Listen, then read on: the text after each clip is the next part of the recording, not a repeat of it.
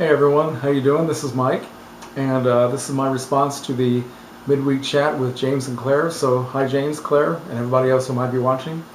Okay, I noticed that my facial hair is once again going back to its natural gray, so I need to work on it. Now you know why my screen name is gray, followed by a number. Yeah, reflects the color of my hair. So I need to keep up the illusion, so I'll get some Just for Men tomorrow. Alright, so before I start the response to the chat, I want to do a very quick update. I went to Barnes & Noble tonight, and I decided to take part in their 50% off Criterion Collection sale. Bought a couple of things, and I'll show you what they are. One is a film that I've never seen. It's called Medium Cool, directed by Haskell Wexler, and I'm interested in this. One of my YouTube friends, a guy named Mark108, we were chatting about this about a week ago and got really interested in it, so I thought I'd pick it up. And another one is a film that I have seen. This is a wonderful English film called Quadrophenia, based on music by The Who. This is a great film. I haven't seen it in a long time, but very anxious to see it again. And also about a great book. This is called 1001, not 1000, 1001 Movies That You Must See Before You Die. So I'm going to consider this to be my official to-do list. Okay, before I die, I need to see these movies. So that'll be kind of fun. Okay, so today's topic, we have two topics. One of them is, by the way, first of all, James, thank you for the shout out, and you give me way too much credit. I appreciate the kind words, I really do, and you're always very supportive, and I think of you as a good friend. Okay, so the first topic is about books into films and comics into films, and I can't really respond to the one about comics into films because I don't collect comic books at all anymore. I used to when I was a kid. I mean, I had all those Marvel comics and all the DC comics, Archie and Jughead, just all kinds of things. You know, I had, wow, back in what, 1962, when the first Fantastic Four comic book came out. I think I paid 10 cents for it, or was it 12 cents by then. Had the first Spider-Man comics, collected all those for quite a long time. All those great Marvel comics like House of Secrets, House of Mystery, Tales to Astonish. I love those things. I had all those things, big stack of comic books. And unfortunately, I kept all those, instead of keeping them in my room, I kept them all in the basement, right? And where we lived, the house I grew up in, whenever we have a big rain, our basement would turn into a swimming pool. So the comics, on several occasions, got wet, and I used to take them out in the backyard, and I would lay them out, dry them out in the sun. So they all got ruined. I kept them even though they were, you know, all wobbly and everything. But finally, my mom just got sick of it. She just threw them all away. So, and I was upset for about 2 days, and I got over it. But yeah, I remember all that stuff, and I love it. I don't really go to see most of the superhero films that come out. I did back in the 70s. I liked all the Star Wars films that came out then. I liked Superman, the Christopher Reeve Superman movies. But I really don't go to see the comic book into films that are made today. So, but there are, as far as books into films, yeah, there are some that I'll talk about. And I'll start off with what I consider to be probably the best adaptation of book into film of all time, all right? And that is To Kill a Mockingbird, right? And this is a movie that I do not have on DVD, but I've seen it many times. And is there anybody alive who doesn't love this movie? This is a perfect movie. And I have to say that I can't remember now, because I've had this book, oh wow, it's got to be since high school. I think I bought it for a book report or something. But I can't remember now if I saw the movie before I read the book or afterward. But when I was always very impressed by the fact that they just seemed to go page by page to make that movie. And they were so faithful to what's in the book. And it's always been very impressive to me. Okay, so another one is The Night of the Hunter. One of my favorite films. Here's the book. And I've already made a video about The Night of the Hunter. I talked about it quite extensively, so I won't go on and on about it now. But if any of you who still have not seen this, I highly recommend it. The book goes into a lot more detail about the inner life of the characters and all that. But yeah, they did a good job making a film out of this book too. And another one that I have is a great science fiction novel called Fahrenheit 451 by Ray Bradbury. And here's the film, directed by Francois Truffaut. Yeah, Truffaut, starring Oscar Werner and Julie Christie. And this is also done very well. I like both of them. The film has a little more of a, well, it has more of kind of a chilly atmosphere. The characters and the atmosphere just seem to be a little colder than what I got from the book. And they changed some of the names for some reason. In the book, the character that Julie Christie, well, Julie Christie plays two characters, but the one where she plays Oscar Werner's wife, in the book her name is Mildred, and for some reason in the film they changed her name to Linda. I have no idea why. But yeah, okay, that's also another pretty good adaptation into film. Now here's a case of a film that came out called Interview with the Vampire, that when I heard about it I was very excited about seeing it, and I decided that I wanted to make sure I read the book before I saw the film, and I did, and kind of fell in love with Anne Rice. I read The Vampire Lestat, and I also have The Queen of the Damned, which I have not gotten around to reading. So my love affair with Anne Rice was kind of brief, but I did enjoy this book very much, and quite different from the film, but still I thought that both were very good. So yeah, it's cool. All right, and a couple of horror films that I've always loved, and I've also read the book for these. And here is Rosemary's Baby, and I read the book by Ira Levin. I'm pretty sure that I read the book before I saw the film, and when I saw the film, I talked about this in another video, that I was just mesmerized by it and sat through it again. It did not lessen the impact of the movie at all. It was wonderful, and they were also very, very faithful in putting dialogue and, you know, almost scene for scene into the film. Very, very impressive. And another film that I love is a great ghost story called The Haunting, which is based on a short novel by Shirley Jackson called The Haunting of Hill House. And I do have this book, although I have no idea where it is. I couldn't find it. And I saw this book several times. I've never seen it on the big screen, but I've seen it on TV many times, and now on DVD. And it's only been in the last, I think maybe 2 years ago, that I bought the book. I just decided I wanted to read it. And there were a lot of things that they did not put into the film, but still, this is a fantastic film and a fantastic adaptation of the story, so no complaints there.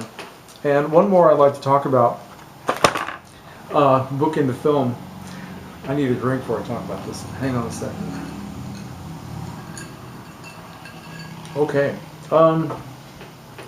This is a book that, or a film that you might laugh at when I show it to you, and that's okay. You deserve to have a good laugh. This is about taking one of the trashiest novels of the 1960s and making it into probably the trashiest bad film ever made. Okay, and it is called The Valley of the Dolls. So how many of you, show of hands, how many of you have actually seen this? Okay, The Valley of the Dolls. The film came out in '67, and I don't have the book anymore. I did have it. I have no idea how many trees had to die to keep printing copies of that book, because it was a huge, huge bestseller back in the 60s. I'm not sure what year it came out. It was either 65 or 66.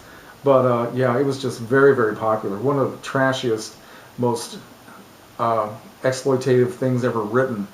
And for those of you who don't know about it, I'm sure most people do, but it's the story of three young women who are involved in the world of show business. And each one of them, their stories kind of intertwine, but each one of them has their own kind of odyssey throughout the book. And they all get involved in using drugs, uppers and downers, which for some reason in the story the drugs are called dolls. The pills are called dolls, which I've never heard in real life, but maybe in the California environment that's what they used to be called. So that's where the title comes from. And so it just shows all these women who destroy themselves, you know, and some of them kind of make it back and all that sort of thing. But yeah, it was just a great soap opera of a novel, written by Jacqueline Suzanne. And one of the characters in the book is a young singer, a very ambitious singer who's got a great, loud, belting voice, named Neely O'Hara, played in the film by Patty Duke.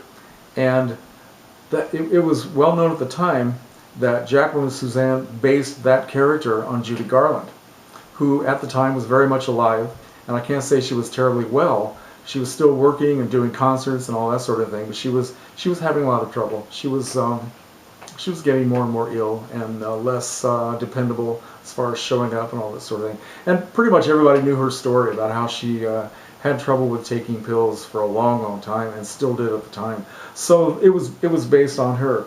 Now, to show you how tasteless the people were who decided to make a film out of this, which came out in 1967, they actually hired Judy Garland to be in the film.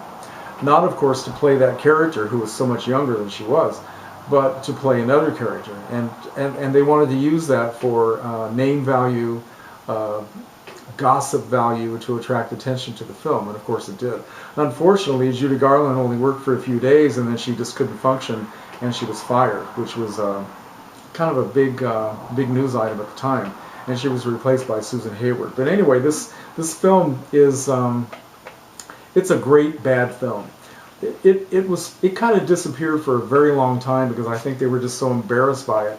They figured nobody would ever want to see it again. But they finally they put out this 2-disc edition, which is just great for bad film fun value, and it's got a lot of extra features. Patty Duke talks about her admittedly horrendous performance in the film, interviews with Barbara Parkins, who played another one of the women, and the third woman in the story is played by Sharon Tate, who of course was killed by the Manson family in 1969. And it's finally reached the point after all these decades where the film is fun to watch. It's enjoyable, and the people involved, they kind of go along with the sort of the camp value of the whole thing. So yeah, Valley of the Dolls. Okay, you must have this one. Okay, now talking about the genres of films that I like. Well, I like pretty much a little bit of everything, which is why I'm spending so much money on DVDs, because I'm not just collecting, one particular kind of film. There goes the clock. I got to do something about that clock. Anyway, but like a lot of you have already mentioned, I love the horror films. I love that genre, and it seems to me that the horror genre itself is divided up into so many subgenres, right? For example, if you say that you love the classic horror films of the 1930s and the 1940s, well, you could divide that into the Universal films of the 30s and 40s. And even in that area, the films made at Universal in the 1930s, the original Frankenstein, Dracula, Mummy, The Werewolf, they were quite different than the collection of sequels that came along in the 1940s. You could almost say that those were two different genres. And I love them all. I love them all.